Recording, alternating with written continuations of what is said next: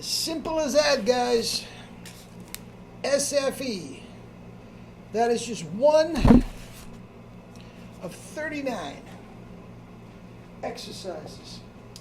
By the way, I got from a very good source that the PNF book, which is basically the SFE book, is very hard to follow with the stick men.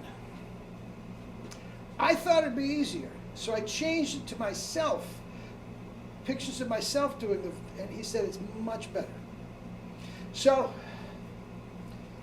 PNF, SFE, it's the same thing. All right? Anyway, here we are, frigid out there, just crazy. I was on the stationary bike this morning. I did some SFE. I'm ready to go. You saw the thumbnail. Guys, I've done this before and I'll do it again. To play fast, practice slow. It's as simple as that. We'll talk. First notes of the day.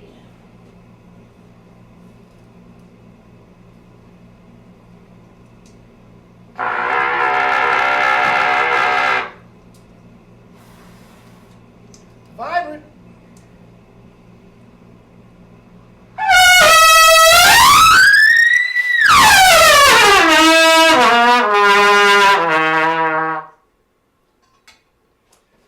Go F-sharp yourself.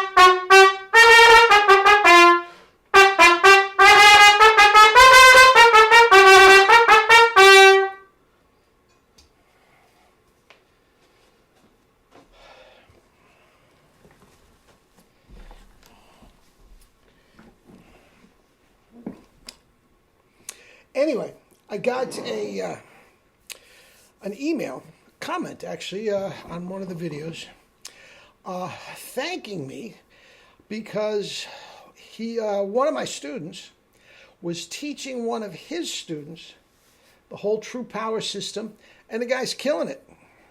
He's making all district, all regional, all this, that, and the other, all state, the whole 9 yards.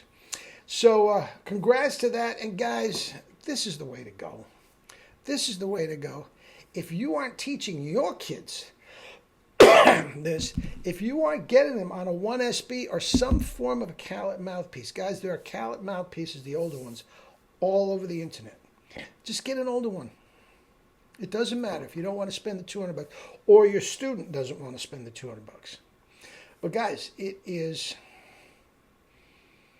a game changer. And it only makes you look better as a teacher. Everybody's going to want to study with you because your kids are succeeding. They're going to college, they're doing this, they're playing in Fall State. All right, anyway, guys, every single thing that a trumpet player does is muscle memory. Every single thing a trumpet player does is muscle memory. Take that to the bank. Take that to the bank. Now,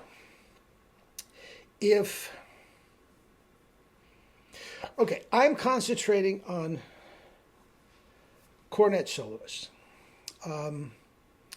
Stagers, Liberati, Doxschützer, blah, blah, blah. Same thing. Same thing for Faddis or Sandoval doing these mind-boggling lines. Guys, you think they are, reading it off the page? No. Do you think they are thinking note for note for note? C, B natural, B flat, A flat? No. Guys, it is all remote control. It's all muscle memory.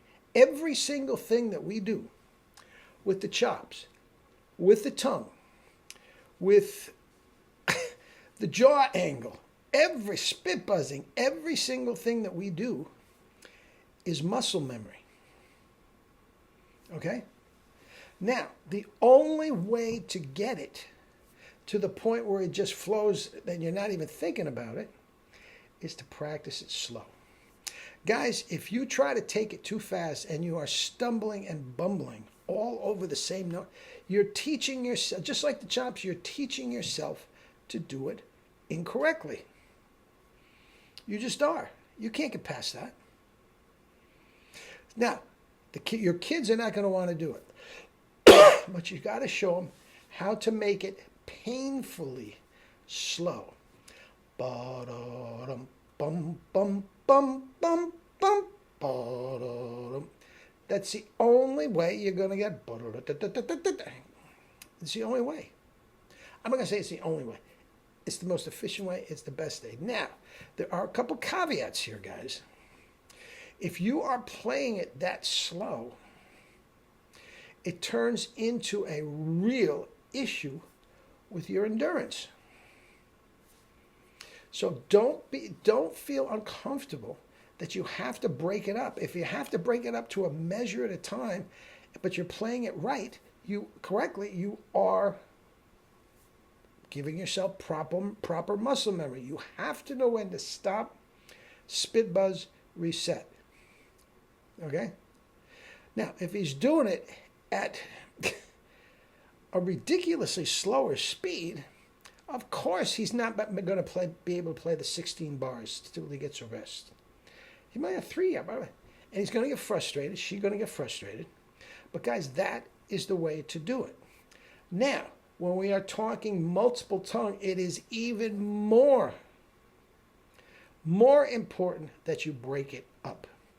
I told you guys, if you are not using an articulation on every second note or every third note, like you are with double tonguing and triple tonguing, it's literally pulling your support system out from, it's like pulling a rug out from under your foundation. And guys, you can't do that for a long time.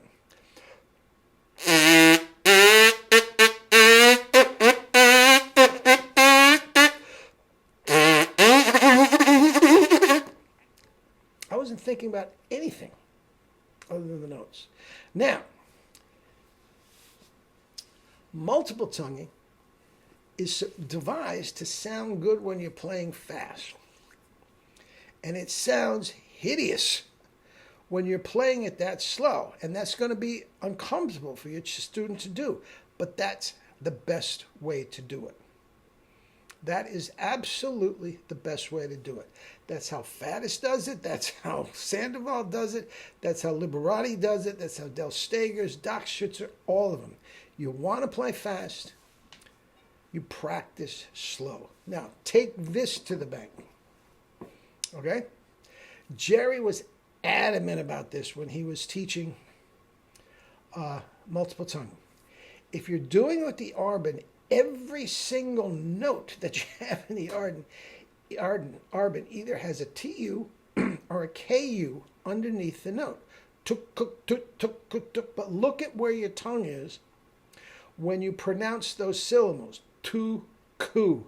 It's not where it's supposed to be. You have to teach it spit and cough. And that's not easy to get the hang of.